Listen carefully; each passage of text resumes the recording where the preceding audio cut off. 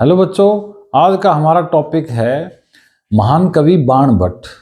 बाण भट्ट हैं वो हर्षवर्धन के दरबार में रहते थे। हरियाणा जीके में भी ये बहुत इंपॉर्टेंट है और जो इंडिया जीके में भी ये इसमें से क्वेश्चन पूछे जाते हैं। तो इस वीडियो में हम पढ़ेंगे बाण भट्ट के बारे में। तो आइए जानते हैं। बाण भट्ट बच्चों संस्कृत के महान कवि थे। संस्कृत भाषा में इन्होंने बहुत सारी बुक्स लिखी हैं, पोएट थे, राइटर थे और हर्षवर्धन के दरबार में रहते थे। खास बात यह है इनकी पुष्यभूति डायनेस्टी है, उसके राजा थे राजा हर्षवर्धन। राजा हर्षवर्धन के दरबार में रहते थे। 7th सेंचुरी के पोएट हैं। 7th सेंचुरी मतलब क्योंकि ये हर्षवर्धन जो थे ना, ये 606 से 647 तक इनका रूलिंग पीरियड था, राज था। 606 में 606 में राजा बने थे, 647 में इनकी डेथ हो गई थी। यहां तक राजा थे। इसी टाइम ये इनके दरबार में रहते थे, कोर्ट में। ठीक है। और बाण भट्ट की अगर जीवनी हम पढ़े, इनकी बायोग्राफी पढ़ें, तो ये बिहार में एक गांव है, ये जिक्र आता है बिहार का एक गांव है प्रीतिकूट। प्रीतिकूट है बिहार में, वहां पर इनका जन्म हुआ था, इनका जन्म स्थान है। ये सोन रिवर है, नदी है एक सोन रिवर, जो मध्य प्रदेश से अमरकंटक से निकल के पटना के पास आके मिल जाती है गंगा रिवर में, गंगा की ट्रिब्यूटरी है। उस सोन नदी के किनारे पर एक गांव बसा हुआ है, यहां पर बाण भट्ट का जन्म हुआ था। बाण भट्ट की जो फैमिली की बात करें तो इनकी मदर की डेथ बहुत जल्दी हो गई थी, बहुत छोटा था ये, जन्म के बाद जल्दी इसकी मदर की डेथ हो गई। तो इनके जो फादर थे ना, उन्होंने बाण भट्ट को पाला था, पालन पोषण किया था। इनकी मदर की डेथ पहले हो गई थी, तो बाण भट्ट के फादर का नाम था चित्रभानु।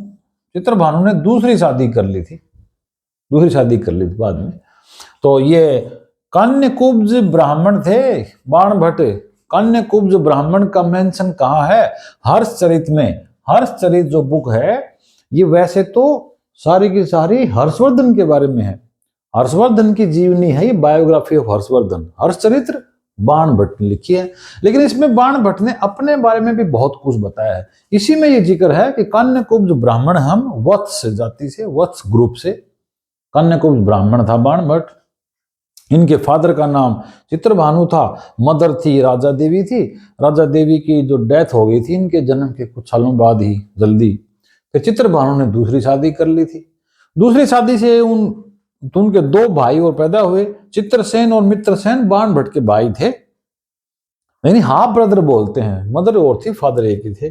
सिस्टर है वो इनकी थी मालती नाम की बहन भी थी बाण भट्ट की। 2 भाई थे, चित्रसेन मित्रसेन। ठीक है। और इनका जो ब्रदर इन लो है ना, ये मयूर भट्ट, इनका भी जिक्र आता है। मयूर भट्ट भी याद रखना, ये मयूर भट्ट भी एक पोएट था। ये मयूर भट्ट ब्रदर इन लो थे बाण भट्ट के। बाण भट्ट ने मयूर भट्ट की बहन से शादी की थी, ये साले थे समझ लो उनके। तो मयूर भट्ट भी बाण भट्ट से बहुत कुछ सीखता था, उन्होंने सीखा। और ये हर्षवर्धन के दरबार में ही रहता था। मयूर भट्ट भी कवि बन गया धीरे धीरे बाण भट्ट से सीख के। मयूर भट्ट ने भी एक बुक लिखी है, उस बुक का नाम भी याद रखना। वो बुक है सूर्य शतकम। सूर्य शतकम बुक लिखी थी मयूर भट्ट ने। ब्रदर इन लो थे ये बाण भट्ट के, और हर्षवर्धन के दरबार में ही ये रहते थे, कन्नौज में। थाने से तो थोड़े दिन रहे थे ना ये, फिर कन्नौज अपनी कैपिटल बना ली थी। कुरुक्षेत्र तो थोड़े दिन रहे थे। तो सूर्य शतकम लिखी थी मयूर भट्ट ने। मयूर भट्ट बीमार हो गया था, इसलिए इसने सूर्य भगवान की साधना की और सूर्य के ऊपर ये श्लोक लिखे थे, स्तुति की थी सूर्य भगवान की। तो याद रखना है। गुरु थे भरतसु, बाण भट्ट के गुरु हैं भरतसु। भरवू भी नाम आता है, भरतसु भी थे इनके। तो ये तो इनका फैमिली बैकग्राउंड है। ठीक है। बिहार के थे ये, और कन्याकुब्ज ब्राह्मण इन्होंने बताया अपने आप को। और ये चित्रसेन मित्रसेन के भाई थे। मयूर भट्ट जरूरी है, ये एक कवि भी हुए हैं, हर्षवर्धन के दरबार में एक कवि थे। ये इनके रिलेटिव थे, यानी कि ये इनके ब्रदर इन लॉ थे। अब आते हैं सन की बात आती है। बाण भट्ट के पुत्र का नाम था, सन का नाम था भूषण भट्ट, और पुलिंद भट्ट भी नाम आता है कई 1-2 जगह। पुलिंद भट्ट या भूषण भट्ट, भूषण भट्ट ज्यादा आता है, पुलिंद भट्ट 1-2 जगह ये। तो इनके बेटे का नाम था, एक बेटा था इनका भूषण भट्ट। अब भूषण भट्ट जो है ना, भूषण भट्ट ने ही ये जो कादम्बरी बुक है ना बाण भट्ट की, ये पूरी की थी। क्योंकि कादम्बरी पूरी होने से पहले ही बाण भट्ट की डेथ हो गई थी। बाण भट्ट की डेथ हो गई थी, तो इसके बेटे ने नोवेल है ये पूरा किया था, कादम्बरी वाला। इसके जो लास्ट में जो क्लाइमैक्स है ना, वो सारा दूसरे पार्ट में ये सारा भूषण भट्ट का लिखा हुआ है। ठीक है, फिर बाण भट्ट ये यहाँ कन्नौज कैसे आया, हर्षवर्धन के पास कैसे आया?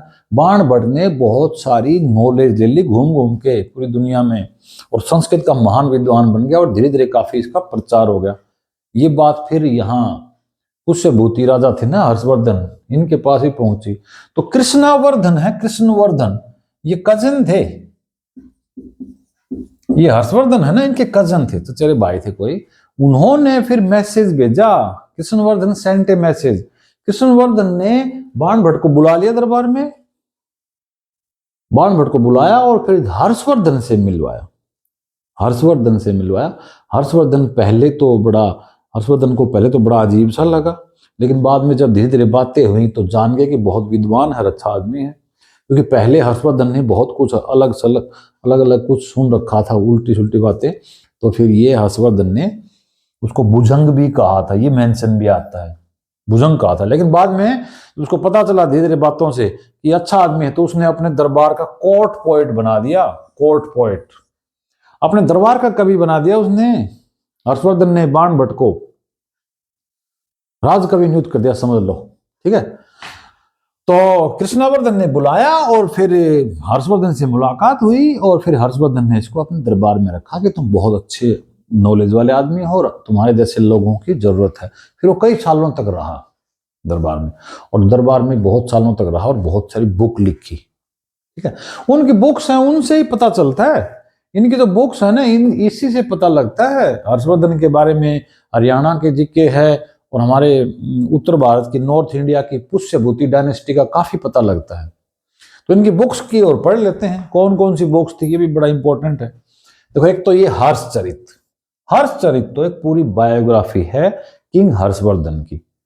किंग हर्षवर्धन है जो कि थानेसर के राजा थे, बाद में वो कन्नौज, उन्होंने राजधानी अपनी कैपिटल चेंज कर ली थी। ठीक है, तो वहां के राजा की पूरी डिस्क्रिप्शन है। साथ में हर्षचरित में बाण भट्ट ने अपनी आत्मकथा भी लिखी है, अपने बारे में भी काफी कुछ बता रखा है। कुछ बातों का यहीं से पता चलता है। हर्षचरित में ही बाण भट्ट ने श्रीकंठ जनपद का कह रखा है। श्रीकंठ जनपद नाम से था ना कुरुक्षेत्र वाला एरिया, हरियाणा को श्रीकंठ जनपद कहते थे पहले, तो वही नाम बाण भट्ट ने यूज कर रखा है, श्रीकंठ जनपद। श्रीकंठ जनपद बोलते थे उसको, श्रीकंठ जनपद हरियाणा को, और वही इसमें मिला है मेंशन हर्षचरित में। ठीक है, और दूसरी कादम्बरी बुक है। कादम्बरी एक नॉवल है, और ये तो कहते हैं दुनिया का पहला नॉवल है, ये पूरी दुनिया का फर्स्ट नॉवल है, ये उपन्यास, पहला उपन्यास, पहली स्टोरी है इसमें स्टोरी है। और ये 2 पार्ट हैं इसके कादम्बरी के। कादम्बरी को पूरा किसने किया? भूषण भट्ट ने, जो कि बाण भट्ट के बेटे थे भूषण भट्ट, उन्होंने कादम्बरी को पूरा किया। ये 2 बुक तो बहुत इंपॉर्टेंट हैं, ये 2 बुक तो पूरे वर्ल्ड में फेमस है। बाकी 3 ये भी हैं, ये भी बाण भट्ट के लिखी हुई हैं, लेकिन ये हर्षचरित और कादम्बरी, इनका तो डिस्क्रिप्शन है, यूनिवर्सिटीज में सिलेबस में है, पढ़ी जाती हैं, दुनिया पढ़ती है इनको तो। ठीक है, तो कादम्बरी पूरी की, कादम्बरी के 2 पार्ट हैं, दोनों आप नाम याद रखना। एक तो है पूर्व पीटिका, पूर्व पीटिका पहले वाला पार्ट। एक उत्तर मतलब बाद वाला, उत्तर पीटिका, उत्तर पीटिका, पूर्व पीटिका, उत्तर पीटिका, ये 2 नाम है, ये दोनों नाम इसके हैं कादम्बरी के। ये उत्तर पीटिका वाला जो काफी लास्ट वाला पार्ट था, ये भूषण भट्ट ने ऐड किया था, उसको खत्म किया था, पूरा किया था। कादम्बरी अधूरी थी, तभी बाण भट्ट की डेथ हो गई थी। ठीक है, ये 2 बुक याद रखनी है। इसके साथ ये पार्वती परिणय है, ये एक ड्रामा था, ये बाण भट्ट ने लिखा है। पार्वती परिणय, परिणय मतलब शादी होती है, वेडिंग, पार्वती की शादी हुई थी शिव जी से, तो ड्रामा लिख रखा है। चंडी शतकम, ये वर्षित हैं, श्लोक हैं। दुर्गा माता है, दुर्गा माता के श्लोक हैं, उनकी स्तुति है, वंदना है, वो श्लोक लिख रखे हैं। जैसे ये सूर्य शतकम था ना, ये मयूर भट्ट ने लिखा था, सूर्य भगवान की, सूर्य नारायण की स्तुति है इसमें। और ये चंडी शतकम, चंडी मतलब दुर्गा, चंडी देवी, उनकी ये स्तुति है, शतकम, वर्षित है, श्लोक है। एक ये मुक्त तड़ितकम, ये भी एक ड्रामा था, ये भी बाण भट्ट का लिखा हुआ है, इसका भी मेंशन है। ये तो इसकी बुक्स हैं 5, ये याद रखनी है। हर्ष चरित और कादम्बरी तो सबसे इंपॉर्टेंट है। उसके बाद ये 2 चीजें ये याद रखनी है आपको कि बाण भट्ट को किन किन लोगों ने क्या क्या कहा है। वैसे तो बहुत लंबी लिस्ट है लेकिन ये 2 बातें मेन है। एक तो ये बड़े कवि हुए हैं 12th सेंचुरी में, जयदेव। जयदेव ये वही पोएट हैं जिन्होंने गीत गोविंद लिखी है, राधा और कृष्णा की जो स्टोरी है वो लिख रखी है जयदेव, वही हैं ये 12th सेंचुरी के। और इनको बाण भट्ट को जयदेव ने क्या कहा है, कविता कामिनी कौतुक, कविता कामिनी कौतुक कहा है जयदेव ने। जयदेव भी संस्कृत के थे, महान कवि थे संस्कृत के जयदेव। ये भी बाण भट्ट को याद करते थे, तो या बाण भट्ट को इन्होंने कविता कामिनी कौतुक कहा है। और एक हर्षवर्धन खुद, ये तो मैंने बताया था, भुजंग कहा था उसने। और भुजंग क्यों कहा, भुजंग सांप को कहते हैं संस्कृत में, सांप को, स्नेक को भुजंग कहते हैं। हर्षवर्धन ने ये संज्ञा दी थी बाण भट्ट को, तो वो जिक्र आता है, लेकिन हमेशा नहीं कहता था। स्टार्टिंग में कहा था जब हर्षवर्धन को बाण भट्ट के बारे में पता नहीं था।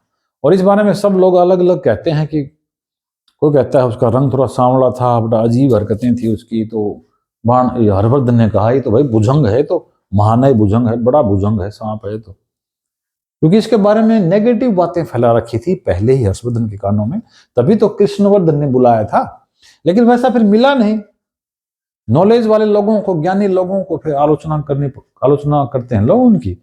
लेकिन जब मुलाकात हुई बाण भट्ट से तो सारा पता लगा कि ठीक आदमी है, भी अच्छी नॉलेज है इसको, तो अपने दरबार में रखा। तो हर्षवर्धन उसको भुजंग कहता था, और जयदेव कविता कामिनी कौतुक ये कहा है। ठीक है, तो ये था हमारा आज का टॉपिक बाण भट्ट का। अगले टॉपिक में फिर जल्दी मिलेंगे। Thanks for watching.